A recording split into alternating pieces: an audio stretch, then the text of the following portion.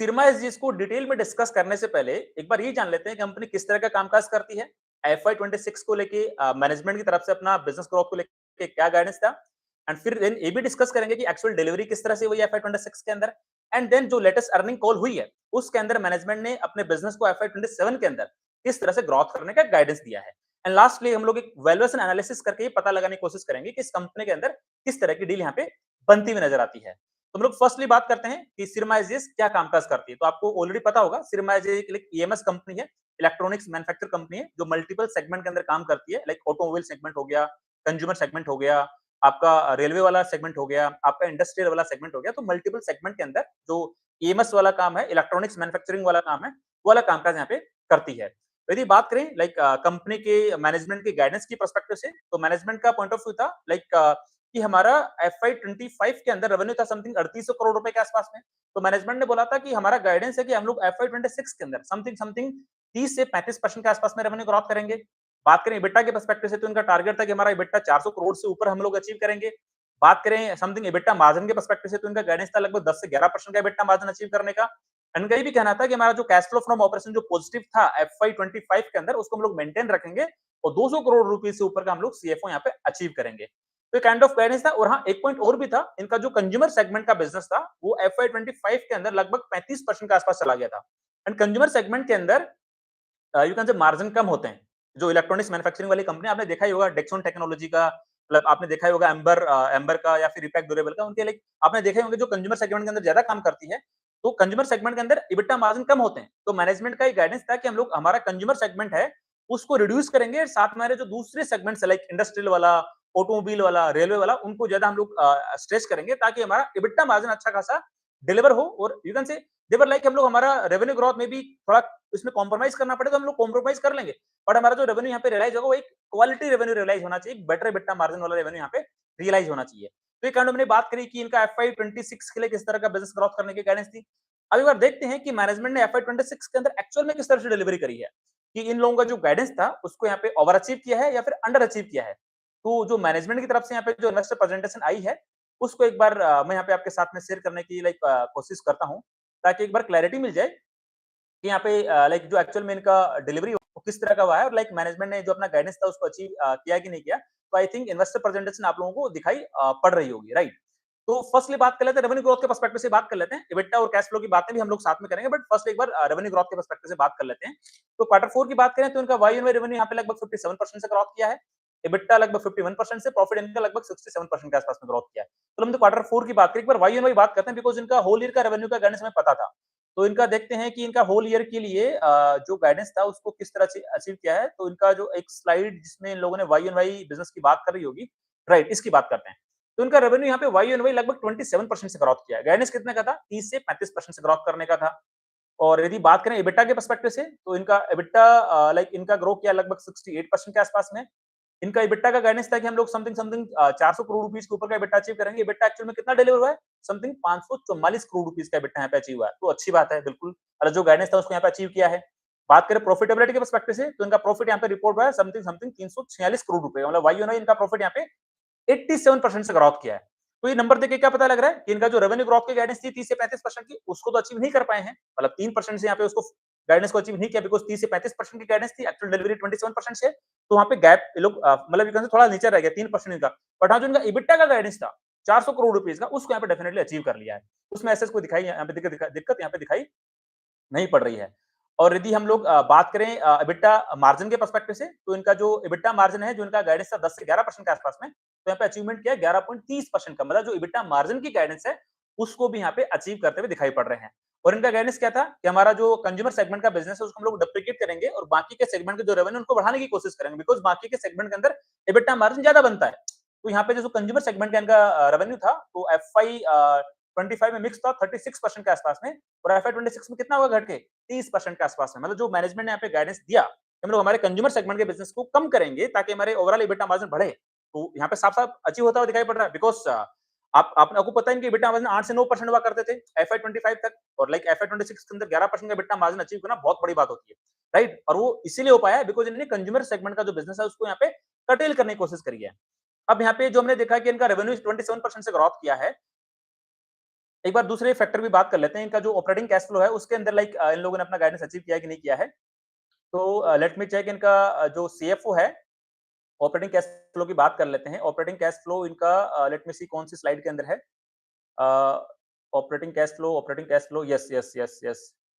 Net operating cash flow इनका guidance था 200 करोड़ से ऊपर का अचीव करने का। एक्चुअल कितना अचीव किया? 290 करोड़ रुपए का। मतलब ये वाला गाइडेंस भी अचीव कर लिया है। इसका मतलब जो मैनेजमेंट की गाइडेंस थी, मतलब ये नंबर तो हमने देख ही लिए हैं। आई थिंक ऐसा कोई दूसरी स्लाइड है नहीं जहाँ पे हमें देखना चाहिए। एक बार वो भी देख लेते हैं। यस, रेवेन्यू के नंबर्स हमने सारे तो वैसे डिस्कस कर लिए हैं, तो ऐसा इस स्लाइड इस इन्वेस्टर प्रेजेंटेशन के अंदर ऐसा कोई ऐसा फैक्टर नहीं है, जो हमें देखना पड़ेगा। हमने काइंड ऑफ सारे फैक्टर्स जो थे, जो गाइडेंस के पर्सपेक्टिव उनको हमने रिव्यू कर लिया है। तो यदि देखें कि एफवाई 26 का जो इनका गाइडेंस था, किस तरह से डिलीवरी हुई है।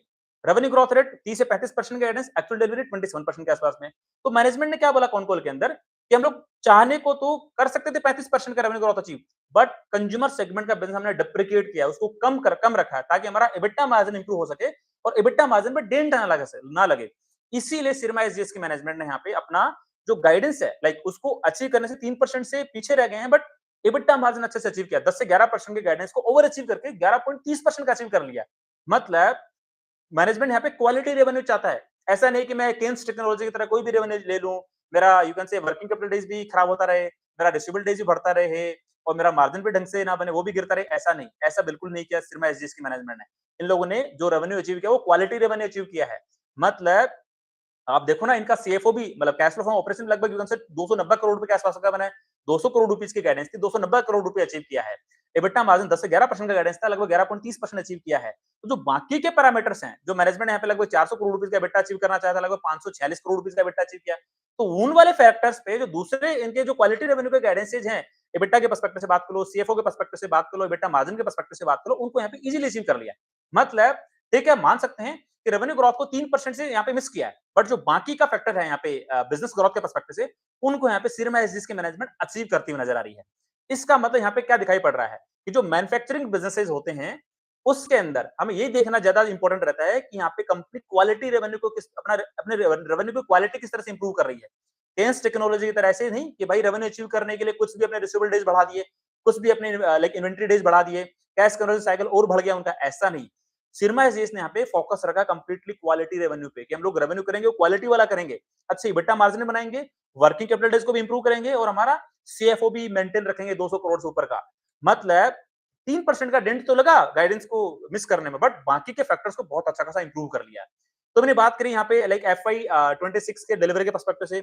अब बात करते हैं जो लेटेस्ट कॉन कॉल हुई है क्वार्टर 4 के रिजल्ट के बाद में, उसके अंदर सिरमा एसजीएस की मैनेजमेंट ने यहाँ पे क्या बोला है। तो मैनेजमेंट ने यहाँ पे अगेन गाइडेंस दिया है कि हम लोग नेक्स्ट 2-3 साल तक लगभग 30 से 35% के आसपास हमारा बिजनेस ग्रोथ अचीव कर सकते हैं। बात करें इनका इबिटा के पर्सपेक्टिव से, तो इबिटा मार्जिन की गाइडेंस दी है लगभग 10 से 10.5% के बीच में। एंड यदि बात करें इबिटा एब्सोल्यूट नंबर के बारे में, तो इनका गाइडेंस है लगभग 700 करोड़ रुपए के आसपास में। मतलब जो अभी इबिटा अचीव किया लगभग 540-45 करोड़ रुपए के आसपास में, वहां से अच्छी खासी ग्रोथ ये लोग एक्सपेक्ट कर रहे हैं, समथिंग 30 से 35% के आसपास की ग्रोथ एक्सपेक्ट कर रहे हैं। एंड यदि साथ में लोगों ने भी थोड़ा कंजर्वेटिव दिया एबिटा मार्जिन को लेके, ऑलरेडी इन लोगों ने 11.30% का एबिटा मार्जिन अचीव कर लिया, बट अगेन गाइडेंस दिया 10 से 10.5% के एबिटा मार्जिन का। तो जब मैनेजमेंट से पूछा गया कि आप लोग इतना कंजर्वेटिवली एबिटा मार्जिन गाइडेंस क्यों दे रहे हो, तो मैनेजमेंट का कहना था कि देखो जी, अभी वेस्ट एशिया में जो सिचुएशन चल रही है, उससे रॉ मटेरियल के प्राइसेस बढ़े हैं, उससे हमारा फ्रेट कॉस्ट बढ़ जाएगा। तो अचीव करने को तो हम लोग मे बी 11.5% का एबिटा मार्जिन भी अचीव कर सकते हैं, 11 से 12% के बीच में कोई भी एबिटा मार्जिन अचीव कर सकते हैं। बट यदि हम लोगों ने यदि आपको गाइडेंस दे दिया 11 से 12% के एबिटा मार्जिन का, और यदि एक्चुअल डिलीवरी हमारी घट के मे बी 10.5% पौने 11% हो गई, तो आप लोग अब हमको नेक्स्ट कॉन कॉल के अंदर जीने नहीं दोगे, आप लोगों के क्वेश्चंस की बौछार पड़ेगी। इसलिए हम लोग पहले ही हमारे एबिटा मार्जिन को कंजर्वेटिवली गाइड आपको करना चाहते हैं। और यदि हाँ, हमने इसको यदि ओवर अचीव कर लिया, 11 से 12% के बीच अचीव कर लिया, तो अच्छी बात है ना। मतलब उस टाइम पे तो आप लोग भी अप्रिशिएट करोगे कि आपने गाइडेंस दिया था 10 से 10.5% का, और आपने एक्चुअल अचीव किया समथिंग यू कैन से 11 से 12% के बीच में। तो ये इन लोगों ने एक स्टोरी बताई है कि ये कंजर्वेटिवली अपने एबिटा मार्जिन गाइडेंस यहाँ पे क्यों दे रहे हैं। बात करें कैपेक्स के पर्सपेक्टिव से, साथ में आपको भी पता है इनका जो कैपेक्स है पीसीबी वाली फैसिलिटी का, वो यू कैन से इनकी पीसीबी वाली जो फैसिलिटी है, 2 फेज के अंदर यू कैन से वो लाइव होगी। टोटल 800 करोड़ रुपीस का कैपेक्स इनका जा रहा है। फेज 1 में 400 करोड़ रुपए का है, फेज 2 के अंदर भी 400 करोड़ रुपए का है। फेज 1 के अंदर लाइव करेंगे समथिंग एफआई 27 के एंड में लाइव करेंगे, तो उसका रेवेन्यू रियलाइज होगा एफआई 28 के अंदर। मतलब उस फैसिलिटी का जो डेप्रिसिएशन स्टार्ट होगा, वो एफआई 28 के फर्स्ट क्वार्टर से यू कैन से डेप्रिसिएशन का स्टार्ट होगा। मतलब एफआई 27 के अंदर भी इस कंपनी का जिस रेट से EBITDA ग्रो करेगा, उससे ज्यादा रेट से इस कंपनी का प्रॉफिट ग्रोथ करेगा, बिकॉज़ डेप्रिसिएशन का अमाउंट आपका वही रहेगा लगभग सिमिलर सा ही। और आपका यू कैन से रेवेन्यू ग्रोथ करेगा 30 से 35%, तो डेफिनिटली आपको वहाँ पे आपके पैट ग्रोथ के अंदर आपको यू कैन से ऑपरेटिंग लेवरेज मिलेगा, सीधी सी बात है, राइट? तो वाला फैक्टर यहाँ पे दिखाई पड़ेगा। हाँ, एफआई 27 के अंदर जब इनका फेज 1 के अंदर पीसीबी का जो फर्स्ट पार्ट है लाइव हो जाएगा, तो उसके बाद में इनको फिर यू कैन से डेप्रिसिएशन अमाउंट दिखाना पड़ेगा। एंड जो इनका फेज 2 है, लाइक 400 करोड़ रुपए का दूसरा मतलब उसी फैसिलिटी का पार्ट 2 है, वो इनका एफआई 29 के अंदर लाइव होगा। तो मतलब ठीक है, इनका एक अच्छा खासा कैपेक्स था 800 करोड़ रुपए के आसपास का। तो ये लोग यू कैन से एफआई 27 के अंदर फर्स्ट फेज 1 लाइक अचीव कर लेंगे 400 करोड़ रुपए का कैपेक्स लग के, और बाकी का यू कैन से 400 करोड़ रुपए का कैपेक्स लेके एफआई 29 में अचीव करेंगे। यहाँ पे साफ-साफ दिखाई पड़ रहा है कि नेक्स्ट 2-3 सालों के लिए, मे बी 3-4 साल के लिए कंपनी यहाँ पे इजीली अराउंड 30 से 35% का रेवेन्यू यहाँ पे रेवेन्यू ग्रोथ यहाँ पे अचीव कर सकती है। और जब पूछा गया इनसे कि लाइक आपका जो 800 करोड़ रुपए का कैपेक्स है, उसके लिए आप पैसे कहाँ से लाओगे? यदि यही चीज केन्स टेक्नोलॉजी के मैनेजमेंट से पूछा जाता है, वो क्या बोलते हैं, हम लोग क्यूआईपी से पैसा रेज करेंगे, बिकॉज कैश कैश तो बना ही नहीं रहे वो लोग धंधे से, उनका तो सीएफओ पॉजिटिव ही नहीं है, तो वो कहां से लाएंगे पैसा? जबकि यहाँ पे सिरमा एसजीएस 280 करोड़ रुपए के आसपास का सीएफओ यहाँ पे बनाया है, फ्री कैश फ्लो 100 करोड़ के आसपास का बनाया है, बैलेंस शीट के अंदर ऑलरेडी लगभग 300 करोड़ रुपीज का कैश पड़ा है। तो उनका कहना है कि हमारा जो इंटरनल कैश है, उसी से हमारा यू कैन से जो कैपेक्स होगा 800 करोड़ रुपीस का, वो लोग हम लोग अचीव कर लेंगे। कोई नया क्यूआईपी करने का यहाँ पे प्लान नहीं है। मतलब इतना अच्छा सस्टेनेबल बिजनेस तो खुद से ही एक फ्री कैश फ्लो जनरेट कर रहा है और उसी से नया कैपेक्स कर रहा है और अपने रेवेन्यू ग्रोथ को यहाँ पे लगभग 30 से 35% से इंक्रीज करने का यहाँ पे प्लान कर रहा है नेक्स्ट अराउंड 3-4 साल तक। तो ये कह सकते हैं, ये काइंड ऑफ यू कैन से रेवेन्यू ग्रोथ की क्वालिटी होगी ना, कि आपने खुद से प्रॉफिट जनरेट किया, खुद से फ्री कैश फ्लो बनाया, उसी को रीइन्वेस्ट किया और उसी से फिर रीइन्वेस्ट करके अपना रेवेन्यू ग्रोथ रेट और अच्छे से अचीव किया। This is called quality revenue. Kaynes technology वाला रेवेन्यू नहीं है सिर्मा एसजीएस के पास में। Like you can say there is huge difference revenue quality के रूप में केन्स टेक्नोलॉजी का और सिर्मा एसजीएस का, राइट? तो ये चीज मैं यहाँ पे आपको समझाने की कोशिश कर रहा हूँ कि लाइक हमें जो मैन्युफैक्चरिंग बिजनेसेस हैं उसके अंदर रेवेन्यू की क्वालिटी चेक करना बहुत इंपॉर्टेंट है। बिकॉज जो बी2बी कंपनीज हैं, यदि उनको अपना रिसीवेबल डेज खराब करना है, इन्वेंटरी डेज खराब करना है, वर्किंग कैपिटल साइकिल खराब करना है, तब तो मे बी वो 50, 60, 70% से ग्रोथ कर लेंगे, बट अगले साल फिर नेक्स्ट ईयर के ग्रोथ के लिए पैसा कहां से लाएंगे, राइट? सो ये पॉइंट हो गया आपका इनके कैपेक्स के पर्सपेक्टिव से। सो लेट मी सी कुछ और इनके पॉइंट्स। हाँ, वर्किंग कैपिटल डेज के लिए भी बोला है कि हम लोग फिर से इसको इंप्रूव कर लेंगे एफआई 27 के अंदर। और इनका जो करंट ऑर्डर बुक पड़ा है समथिंग 6600 करोड़ रुपीस का ऑर्डर बुक पड़ा है, वो भी अच्छा खासा यहाँ पे दिखाई पड़ रहा है। बिकॉज 30% की मैं गाइडेंस अचीव लेता हूँ, तो इन लोगों ने एफआई 26 में 48 करोड़ रुपीस का रेवेन्यू अचीव किया है। तो मोटा मोटी एफआई 27 के अंदर यदि मैं 30% का रेवेन्यू ग्रोथ इनका लेता हूँ, तो 6500-6300 करोड़ रुपीस का रेवेन्यू दिखाई पड़ता है। तो इनकी ऑर्डर बुक यहाँ पे इजीली इस रेवेन्यू ग्रोथ को अचीव कर सकती है। करंट जो रन रेट चल रहा है something 500 crore rupees per month का रेवेन्यू रियलाइज करने का इनका रन रेट चल रहा है। तो काइंड ऑफ हमने सिरमा एसजीएस के मैनेजमेंट ने अपकमिंग ईयर्स के लिए अपना बिजनेस आउटलुक किस तरह से डिस्कस किया है, उस पॉइंट को हमने यहाँ पे एनालिसिस करने की कोशिश करी है। तो ठीक है, नंबर्स को देखते हुए साफ-साफ लग रहा है कि सिरमा एसजीएस यहाँ पे सही डायरेक्शन में अपना बिजनेस ग्रोथ करते हुए दिखाई पड़ती है। क्वालिटी रेवेन्यू रखती है, अच्छे खासे एबिटा मार्जिन है एंड साथ में इनका यू कैन से एक बेटर वे में अपना एबिटा मार्जिन को मेंटेन भी कर रही है, सीएफओ पॉजिटिव भी बना रही है, फ्री कैश फ्लो भी जनरेट कर रही है और उसी को रीइन्वेस्ट करके नया कैपेक्स कर रही है, फिर उसे अपना रेवेन्यू ग्रोथ कराएगी। मतलब क्वालिटी ऑफ द रेवेन्यू के पर्सपेक्टिव से सिरमा एसजीएस यहाँ पे आउट परफॉर्म करती नजर आ रही है केन्स टेक्नोलॉजी को डेफिनेटली। अब बात करते हैं इस कंपनी को वैल्यूएशन के पर्सपेक्टिव से। एक बार इस कंपनी का वैल्यूएशन एनालिसिस भी कर लेते हैं, बिकॉज़ बाकी के फैक्टर अच्छे लग रहे हैं। 30 से 35% का धंधा ग्रोथ कर रहा है और हमें ग्रोथ इन्वेस्टिंग के अंदर क्या चाहिए? यार हमें वो कंपनीज चाहिए जिनका अंडरलाइन बिजनेस नेक्स्ट 3-4 साल के अंदर यू कैन से अपना रेवेन्यू और यू कैन से बिजनेस यू कैन से रेवेन्यू प्रॉफिट डबल कर ले। तो यदि 25, 30, 35% से कोई धंधा ग्रोथ करेगा तो डेफिनिटली नेक्स्ट 3 साल के अंदर उसका रेवेन्यू प्रॉफिट डबल हो जाएगा। तो हमारे ग्रोथ इन्वेस्टिंग के अंदर ये सारी कंपनीज फिट होती हैं। इसलिए मेरा हमेशा एफर्ट होता है कि मैं उन कंपनीज को डिस्कस करूं आपके साथ में, लाइक जिन कंपनीज का धंधा नेक्स्ट 3 साल में डबल हो सकता है। बिकॉज यदि हम लोग ग्रोथ इन्वेस्टिंग को यदि सीख गए अच्छे से, यदि मैं आप लोगों को सिखा पाऊंगा, तो डेफिनेटली आप लोग भी अपने से इंडिविजुअल पोर्टफोलियो का डिसीजन ग्रोथ इन्वेस्टर बनकर खुद से ले पाओगे, राइट? तो चलो back on the point, Syrma SGS का एक बार वैल्यूएशन एनालिसिस कर लेते हैं। करंट मार्केट का 20,000 करोड़ रुपए के आसपास की और करंटली इसका जो पी रेशियो लगभग 62 के आसपास में, EV to EBITDA something something 34 के आसपास में है। एफवाई 27 का एक्सपेक्टेड रेवेन्यू कितना हो सकता है? यदि मैं 30 से 35% ग्रोथ लूं तो मे बी 6000 करोड़ से 6500 करोड़ रुपीस के आसपास का रेवेन्यू ये लोग अचीव कर सकते हैं। तो मोटा मोटी इनका एक्सपेक्टेड रेवेन्यू हो गया 6200 से 6500 करोड़ रुपीस के बीच में।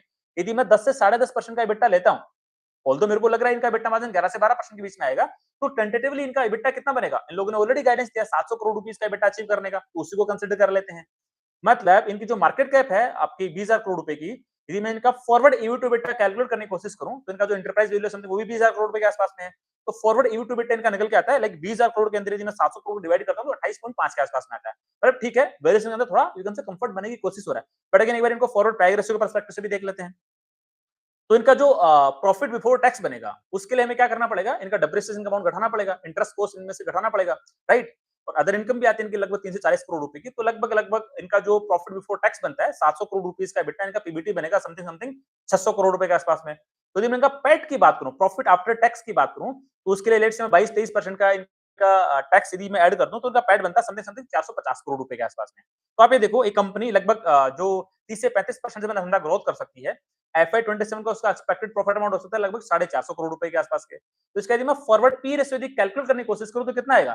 तो 20,000 करोड़ की मार्केट कैप के अंदर लगभग 450 करोड़ रुपए के फॉरवर्ड पैट का डिवाइड करता हूं तो उनका फॉरवर्ड पी रेशियो आता है समथिंग समथिंग 45 के आसपास में, राइट?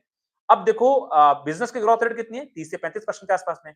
तो इस कंपनी का मैं फॉरवर्ड पी रेशियो यदि कैलकुलेट करूं तो उसके लिए इनका जो फॉरवर्ड पी रेशियो है 45 का, उसके अंदर बिजनेस ग्रोथ का डिवाइड करना पड़ेगा। 30 से 35% का मैं डिवाइड करता हूं तो फॉरवर्ड पी रेशियो बनता है 1.4 के आसपास में। यही थोड़ा यू कैन से हमारा जो फैक्टर होता है डबल इंजन की सरकार वाला, उसके अंदर ही कंपनी उतनी फिट नहीं हो रही है। धंधे के ग्रोथ के पर्सपेक्टिव से पूरी फिट हो रही है, रेवेन्यू क्वालिटी के पर्सपेक्टिव से हमारे डबल इंजन सरकार फिट हो रही है, बट वैल्यूएशन एनालिसिस के अंदर मतलब यू कैन से हम लोग ये कोशिश करते हैं जो मैन्युफैक्चरिंग बिजनेसेस हैं, जो बी टू बी बिजनेसेस हैं, उनका forward pack ratio let's say 0.7 के आसपास आ जाए, 0.8 के आसपास आ जाए। मार्च में हम लोग डिस्कस करते थे 0.5 के आसपास का, बट अभी थोड़ा यू कैन से जो हमारे स्मॉल मिड कैप्स हैं वो थोड़ा यू कैन से मार्केट कैप में एक्सपेंशन हो गया है, तो अभी बात करते हैं 0.7 के आसपास का फॉरवर्ड पैक रेशियो, राइट? तो उसके पर्सपेक्टिव से लाइक थोड़ा मेरे को यहाँ पे एक्सपेंसिव डील नजर आता है। इसका मतलब ये नहीं है कि इस कंपनी की मार्केट कैप ग्रो नहीं करेगी, पैसा नहीं बनेगा। हाँ, बिल्कुल डेफिनेटली यहाँ पे सब कुछ चीजें होंगी जो हम लोग डबल इंजन की सरकार बोलते हैं ना, कि उस कंपनी का यू कैन से करंटली पैग रेशियो 0.7 0.8 या 1 के आसपास में हो, तो जैसे यदि बुल मार्केट आएगा तो उसका पैग रेशियो में भी लगभग 2 के आसपास हो जाएगा। तो नेक्स्ट 3 साल में धंधा डबल होगा तो वहां से मार्केट कैप में 2 का मल्टीप्लाई वहां से आ जाएगा। तो उस थ्योरी के अकॉर्डिंग डबल इंजन की सरकार के अकॉर्डिंग मार्केट कैप में भी नेक्स्ट 3 साल के अंदर 3 टू 5x के बीच बनने की पॉसिबिलिटी बनती है। बट सिरमा एसजीएस वाले केस के अंदर जो इनका वैल्यूएशन एक्सपेंशन है वो लगभग ऑलरेडी इसके अंदर काफी सारा फैक्टर हो चुका है। मतलब मैं ये नहीं बोलूंगा 100% फैक्टर हो गया, मे बी इनका यू कैन से पैग रेशियो 0.8 से बढ़ के मे बी 1.4 आ गया है, मे बी 2-3 साल में बढ़ के 2 के आसपास चला जाए, ये हमारा एक कंजर्वेटिव एक्सपेक्टेशन होता है। बट मे बी क्या पता फ्यूचर में इसका फॉरवर्ड पैग रेशियो में भी 2.5 चला जाए, 3 चला जाए, हमें नहीं पता। बट अगेन जो हमारा डबल इंजन की सरकार का जो कॉन्सेप्ट होता है ग्रोथ इन्वेस्टिंग के अंदर, उसके अंदर यू कैन से वैल्यूएशन एक्सपेंशन वाला कुछ पॉइंट ऑलरेडी इस कंपनी के अंदर फैक्टर इन हो चुका है। हाँ, बिजनेस की ग्रोथ रेट अभी भी साफ-साफ दिखाई पड़ती है कि नेक्स्ट 3 साल में इस कंपनी का रेवेन्यू प्रॉफिट डबल हो सकता है, उसमें कोई दिक्कत वाली बात ही नहीं है। बट हाँ, मतलब डबल इंजन की सरकार का एक इंजन का पहिया इनका काफी सारा चल चुका है। तो फैक्टर यहाँ पे आपको कंसीडर करना पड़ेगा अपनी डिसीजन मेकिंग से पहले, राइट? अगेन इन समरी मतलब वैल्यूएशन के पर्सपेक्टिव से मेरे को उतना कंफर्ट अभी नहीं आ रहा है सिरमा एसजेएस के वाले केस के अंदर। हाँ, धंधे की ग्रोथ रेट यहाँ पे नेक्स्ट 3 साल के अंदर यहाँ पे डबल दिखाई दे रही है कि नेक्स्ट 3 साल में इनका रेवेन्यू डबल हो सकता है, डबल से ज्यादा ही हो सकता है और मे बी प्रॉफिट भी नेक्स्ट 3 साल के अंदर डबल से ज्यादा हो सकता है। और अच्छा खासा यहाँ पे फ्री कैश फ्लो बनेगा, सीएफओ पॉजिटिव भी रहेगा, रिटर्न ऑन इक्विटी में भी 20% के ऊपर जा सकता है, बिकॉज़ क्यूआईपी तो रेज़ कर नहीं रहे हैं। तो नेक्स्ट 3 साल में जब प्रॉफिट डबल होगा तो अभी 18% के आसपास का इनका रिटर्न ऑन इक्विटी है, तो नेक्स्ट 3 साल के अंदर मे बी 30-35 के आसपास का रिटर्न ऑन इक्विटी बन सकता है। मतलब बाकी के फैक्टर में ये कंपनी परफेक्टली यहाँ पे अपने क्राइटेरिया को पास करती दिखाई पड़ती है। बट वैल्यूएशन एक्सपेंशन वाला क्राइटेरिया जो हमारा होता है, जो डबल इंजन और ग्रोथ इन्वेस्टिंग का हमारा जो डबल इंजन का थ्योरी है, उसका जो एक पहिया है वैल्यूएशन एक्सपेंशन, उसके अंदर थोड़ा कंफर्ट नहीं आ रहा है। इसका मतलब ये नहीं है कि कंपनी खराब है, नहीं कंपनी खराब नहीं है। वैल्यूएशन एक्सपेंशन का फैक्टर यहाँ पे मेरे को कम दिखाई पड़ेगा नेक्स्ट 3 साल के अंदर। हाँ, बाय द वे यदि बुल मार्केट आए, वापस एमएस वाले कंपनीज को यू कैन से पी रेशियो मिलने लग जाए 100, 150, 200 के आसपास का तो बात अलग है। मतलब फिर तो मतलब यहाँ पे बस बट उस चीज का हमें नहीं पता ना कि यार जो चीज पास्ट में घटित हो चुकी है, क्या दोबारा होगी कि नहीं होगी, उस चीज का हमें नहीं पता रहता है पहले, राइट? तो राइट, तो मतलब वो आप लोगों का इंडिविजुअल डिसीजन मेकिंग रहेगा कि आपको 1.4 का फॉरवर्ड प्राइस रेशियो कंसीडर करके अपना डिसीजन मेकिंग किस तरह से करना है। बट यहाँ सिरमा एसजीएस के बिजनेस को लेके और साथ में इसके एक वैल्यूएशन एनालिसिस करके मैंने जस्ट मेरा एक पर्सपेक्टिव देने की कोशिश करी यहाँ पे कि मेरी तरफ से कोई स्टॉक रिकमेंडेशन बिल्कुल भी नहीं है। आप लोग अपनी खुद की रिसर्च करना, खुद का एनालिसिस करना एंड जो आपके इन्वेस्टमेंट एडवाइजर हैं उनसे डिस्कस करके डिसाइड करना कि आपको इस कंपनी को अपनी वॉच लिस्ट का पार्ट बनाना है या फिर पार्ट नहीं बनाना है। बिकॉज मैं बारी-बारी से आप लोगों को कहता रहता हूँ कि I am not a SEBI registered research analyst, I am not a SEBI registered investment adviser, so I am not authorised to give any stock recommendation, right? मेरा बस केवल इतना ही इंटेंट होता है कि आप लोगों को इतना सिखा दूं, इतना समझा दूं, आप लोग भी like as a independent growth investor बन के अपने पोर्टफोलियो का डिसीजन इंडिपेंडेंटली खुद से ले सको।